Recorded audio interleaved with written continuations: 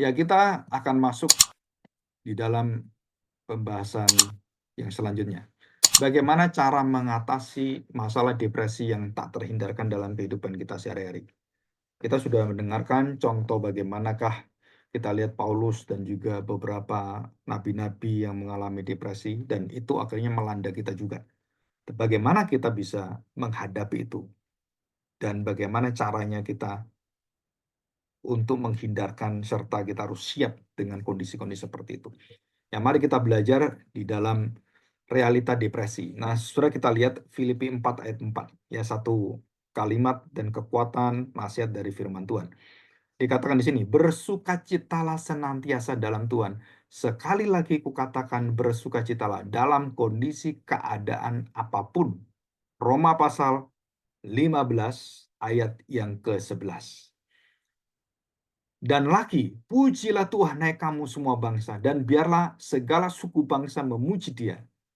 Dan dikatakan di sini, dan selanjutnya, kata Yesaya, aruk dari pangkal Isai akan terbit, dan ia akan bangkit untuk memerintah bangsa-bangsa. Dan kepadanya lah bangsa-bangsa akan menaruh harapan. Depresi itu, inti daripada depresi adalah kehilangan harapan. Dan kita hanya bisa menerima harapan sesungguhnya adalah di dalam Kristus sebagai aruk dari pangkal Isai yang akan lahir, akan terbit. Semoga Allah sumber pengharapan memenuhi kamu dengan segala sukacita dan damai sejahtera dalam iman kamu, supaya oleh kekuatan Roh Kudus kamu berlimpah-limpah dalam pengharapan. Jadi ini adalah Roma pasal 15. Nah, saudara, kita lihat realita depresi. Ya, kondisi depresi yang kita hadapi. Yang pertama adalah depresi itu adalah suatu kondisi karena disebabkan faktor diri kita dan faktor yang lain di luar kita. Orang lain atau pekerjaan-pekerjaan kita ataupun beban-beban hidup kita yang melebihi daripada kapasitas serta kekuatan dan kita bisa mengerjakannya. Nah, saudara, kondisi ini mengubah jutaan orang, depresi ini. Sehingga orang Kristen dan non-Kristen semuanya akan mudah sedih dan marah, putus asa, kelelahan, kebosanan dalam banyak hal yang lainnya, dalam gejala apapun dalam hidup itu. Itu depresi adalah kondisi yang harus kita akui sebagai dosa itu yang menjadikan segala sesuatu tidak baik-baik saja. Ya. Jadi apapun kita lakukan tidak ada yang sempurna kecuali nanti langit dan bumi yang baru disempurnakan. Jadi di dunia ini, saudara, sebaik apapun penemuan teknologi, kita menemukan asis penggak panas, kita menemukan pekerjaan-pekerjaan yang baik semuanya, intinya toh manusia adalah manusia rakus. Dan kita kemudian berlomba-lomba untuk mencari uang sebanyak-banyaknya, mencari pekerjaan yang sebaik-baiknya, dan apapun yang kita kerjakan menjadikan kita akhirnya ujungnya menghadapi depresi. Nah, di sini kita lihat bahwa orang tua dan khususnya anak-anak yang masih muda, yang masih ya sekolah SD, SMP, itu adalah awal terpenting membentuk dan membentengi supaya anak cucu kita menghadapi depresi dengan baik dan dengan benar dan dengan kekuatan menanamkan dasar-dasar firman Tuhan dalam hidupnya. Yang kedua adalah menanamkan tanggung jawab dan hak serta kewajiban di dalam diri anak-anak kita. Dari sejak kecil kita harus berikan tanggung jawab itu. Mulai dari dia bisa berdiri sendiri, bisa memakai bajunya sendiri, memakai sepatunya sendiri, membersihkan semua yang ada, dan dia mempersiapkan dirinya. Setelah itu dari kecil. Jadi kalau dari kecil kita sudah membiarkan dia tidak bertanggung jawab, dan dari besar kemudian menggantung pada kita, saudara, dia akan mengalami kekuatan hidup yang jatuh dalam dosa. Wah, saudara, itu berat sekali. Ya, sangat berat sekali. Jadi kalau saya tidak pernah diberitahu oleh orang tua saya bahwa kehidupan itu begitu berat dan tantangannya begitu kompetitif dan tidak pernah tahu tentang siapa kamu sebenarnya. Pokoknya kamu tidak memenuhi syarat, silakan pergi. Kamu mau kerja, IP-nya 3,7. Kamu mau jadi pemimpin, kamu harus minimal IP-nya mencapai yang ditargetkan. Mau masuk sekolah, sudah semua rata-ratanya harus 3,8. Jadi kalau mau jadi pinter, menjadi orang-orang yang akan menerima eh, penghargaan juara 1, menerima beasiswa, harus nilainya mendekati 3,8,5. Dan kalau bisa 4. Nah, seperti itu. Dan itu membuat semua dunia ini diukur dengan apa? dengan target-target dan kompetitif yang merusak seluruh tatanan jiwa manusia. Jadi pendidikan kita itu sebenarnya harus diperbaiki sangat besar, loh. Kenapa? Karena kejuaraan juara 1, 2, 3 belum tentu juara itu akhirnya memperbaiki kehidupan masyarakat. Enggak. Ada orang-orang yang juara itu dan banyak orang-orang pintar, profesor-profesor yang ada di dalam pemerintahan dan juga menjadi menteri. Wah, banyak yang korup. Jadi tidak mendidik. Jadi ada yang salah dengan pendidikan kita. Kenapa? Karena mereka ada yang mengalami tekanan-tekanan hidup. Dan orang-orang mengalami depresi itu mengalami dirinya tidak berguna. Nggak ada gunanya saya hidup. Nggak ada gunanya saya kerja. Nggak ada gunanya saya seperti. Nggak ada gunanya. Buat apa saya seperti ini? Kehilangan semua selera minat, semangat dalam berbagai kondisi kehidupan. Jadi, nggak bisa lah. Buat apa sih ini? Nggak bisa kerjaan. Aduh, ini banyak tantangannya. Nanti saya akan dihina orang, saya akan dibully. Dan banyak kata-kata seperti itu terjadi. Jadi, akhirnya apa? Kita nggak dapat kerja, nggak dapat teman, nggak dapat semua perhatian. Orang tua juga marah-marah. Tambah stres lah anak-anak kita. Jadi disinilah kita melihat bagaimana kekuatan kegelapan itu dan kondisi dunia yang semakin rusak itu di dalam kegelapan itu kita harus hadapi. Dan yang bisa menolong kita siapa? Dalam segala hal seperti itu. Saudara, kita sebagai orang-orang yang tahu firman Tuhan, kita diminta setiap saat, setiap waktu dalam kondisi kesusahan dan tekanan yang besar itu, kita duduk bersama Tuhan. Kalau keluarga kita ajak duduk, kita berdoa pada Tuhan, memohon pertolongan Tuhan, bersandar pada Tuhan. Dan itu yang akan ditanam dalam hidup anak kita, dalam imannya, dalam contoh-contoh teladan dalam keluarga kita, dan itu akan menjadi kekuatan dalam hidup dia nantinya. Kalau itu nggak pernah ada, wah saudara, mengusahakan menghadapi depresi itu tidak mungkin dilakukan oleh pribadi kita sendiri. Kenapa? Karena ada kekuatan yang bisa menopang kita. Dan kenapa gereja itu selalu adalah sesuatu yang bersama-sama dibangun. Mengatasi depresi tidak ada sesuatu yang mudah. Dan seseorang yang menderita depresi karena situasi tertentu, itu bisa diobati secara sementara.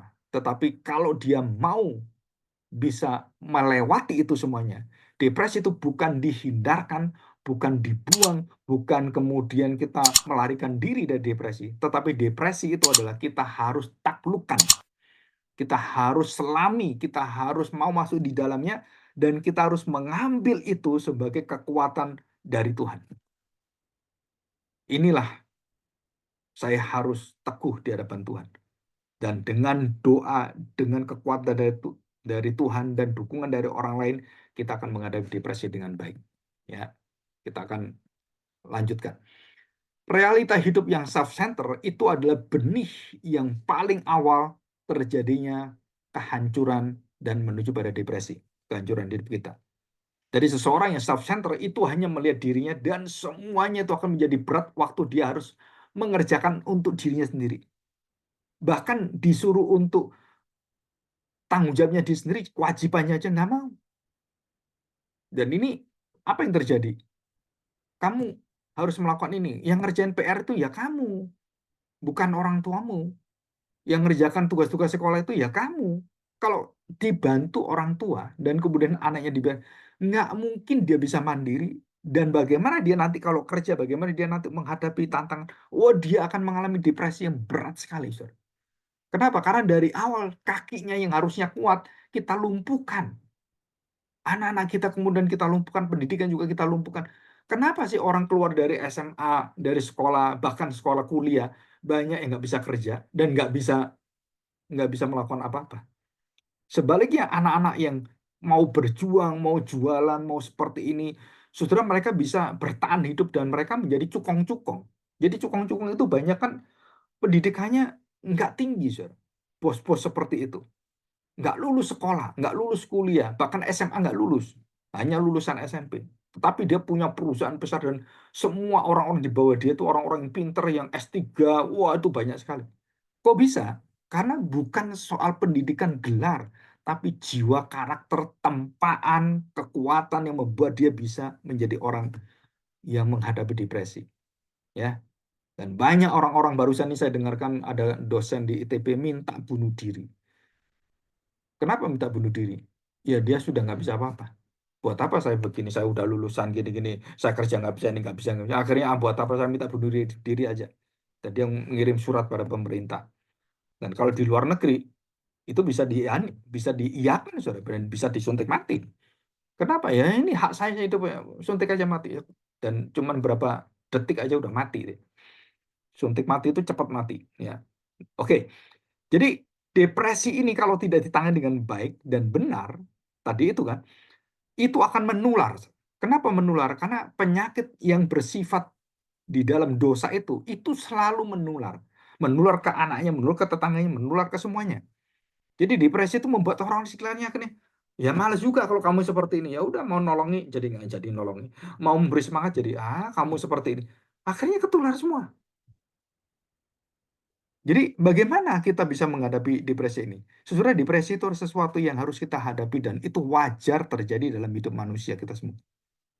Jadi harus diberitakan pada diri kita sendiri, anak-anak kita, keluarga kita, kalau semua istri, bahwa depresi nanti kalau di PHK, nggak dapat kerjaan, itu sesuatu yang harus terjadi dan wajar. Justru itu wajar. Dan minta hikmat pada Tuhan supaya kita bisa melakukan itu dan kita bisa bersama-sama. Kalau keluarga itu lebih kuat. Kenapa? Karena didukung anaknya, didukung papanya, didukung mamanya, bapak, ibunya, dan kita semua tidak sendirian. Nah, itu pentingnya keluarga sehat, keluarga yang betul-betul sejahtera, keluarga yang menguatkan itu di situ. Jadi waktu kondisi terpuruk, bukan mau bercerai, saudara. Bukan, udahlah kamu nggak bisa, udah cerai aja. Nggak bisa. Kenapa? Harusnya saling mendukung, anak-anak bersama-sama. Ayo, wah kita ini sudah nggak bisa, papamu sekarang udah nggak ada kerjaannya, udah di PHK.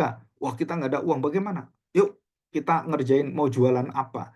Anaknya juga berusaha bagaimana dia belajar lebih baik lagi supaya dapat beasiswa. Dan semuanya berusaha. Dan itu semakin menguatkan persekutuan dalam keluarga. Jadi depresi itu sebenarnya ada berkat yang tersembunyi, blessing in disguise.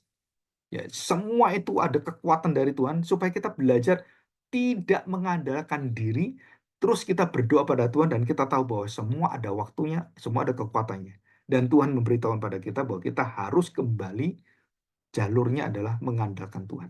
Dalam segala sesuatu, engkau pergi kemana mengerjakan apapun, Yakobus pasal 5 mengatakan kamu harus mengandalkan Tuhan. Nah, saudara, bukan emosi, bukan perbuatan dalam hati kita. Alkitab mengatakan bahwa Allah tidak pernah mengizinkan percobaan atau pencobaan-pencobaan melebihi kemampuan kekuatan kita. Dan itu janji Tuhan. Jadi kalau samanya kita mengalami depresi, pasti kita bisa bangkit dari depresi. Kenapa? Karena janji Tuhan. Lupa kalau saya terpuruk gimana? Nah, itu karena kelemahanmu. Kenapa ada perceraian? Kenapa ada orang bunuh diri? Ya karena kamu lemah, karena kamu keras kepala, karena keras hati. Jadi sekalipun depresi disebut bukan dosa, tapi kita harus meresponi depresi itu dengan baik dan benar. Karena kalau kita salah meresponi, respon kita akhirnya kita jatuh dalam dosa. Karena kita tidak bertanggung jawab kalau respon kita salah. Dan bagaimana kita bisa dibantu dan kemudian ditolong. Nah, ini firman Tuhan mengatakan dengan baik, Saudara. Sebab itu marilah kita oleh Dia senantiasa mempersembahkan korban syukur kepada Allah, yaitu ucapan bibir yang memuliakan Allah. Nah, di sini ada rahasia. Depresi, mulut kita putus asa, mengeluh. Aduh, terus gimana? Nggak ada yang tolong saya sendiri. Wah, itu semuanya seperti itu. Tetapi dikatakan firman Tuhan, dari mulut yang sama ini, yang penuh dengan kelemahan-kelemahan dan kemudian kelumpuhan itu, saudara-saudara diajak belajar untuk apa? Mulai bersyukur, mulai menerima, dan mulai mengubahkan semua. Di mana dimulainya? Ya, karena jatuhnya di mulut dari hati, maka dari hati keluar ke mulut, kita mengucapkan syukur, percaya pada Allah, dan menguatkan semuanya, dan itu akan merubah semua kehidupan kita. Jadi rahasia di mana? Ucapan bibir. Dari bibir, Ustaz, yang memang diproduk hati.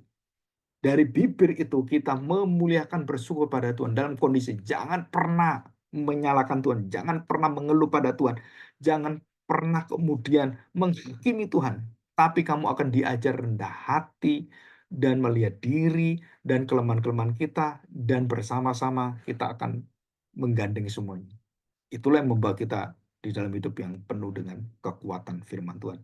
Jadi jelas dikatakan bahwa Tuhan tahu seberapa kekuatanmu dan Tuhan tahu bagaimana menolong kita karena Tuhan tahu siapa ke kita dan siapa musuh kita.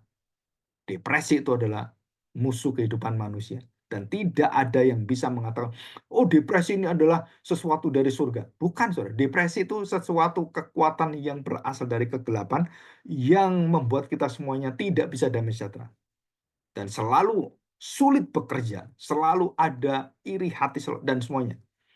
Dan kita harus menghadapi ini. Dengan apa? Dengan bibir mengucapkan syukur, bergantung pada Tuhan, dan memohon rendah hati dengan Tuhan. Itu pasti ada jalan. Tuhan berkati kita semua, dan Tuhan semuanya akan membawa kita dalam